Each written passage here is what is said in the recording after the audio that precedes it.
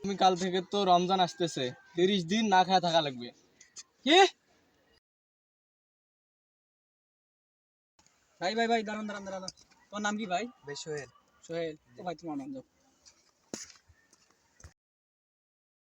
ভাই ভাই ভাই দাঁড়ান দাঁড়ান, তোমার নাম কি?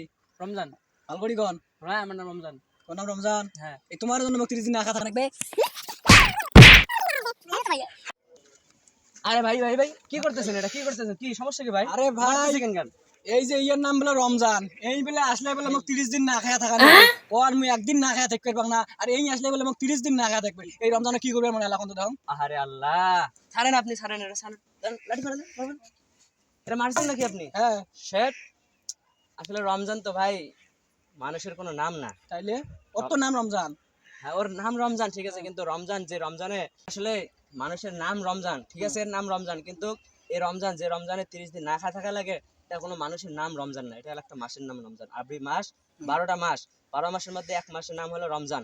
এই রমজান মাস আল্লাহ তাআলার একটা বিধান হলো রোজা রাখা, রোজা 30 দিন রোজা রাখা। সেই রমজান মাস সেটাই হলো রমজান। আসলে আপনি ভাই বুঝতে ভুল করেছেন। তাহলে তো মনে হয় বুঝতে ভুল করছি। হ্যাঁ হ্যাঁ, আপনি তাহলে বুঝতে তো আমার ভুল হয়ে গেছে। এর কাছে মাপছেন ভাই। ভাই আমার ভুল হয়ে গেছে ভাই, আমি বুঝতে পারি নাই, যার কারণে আচ্ছা, মারছি। সমস্যা নেই। ঠিক আছে, আমাকে ক্ষমা করে দেন।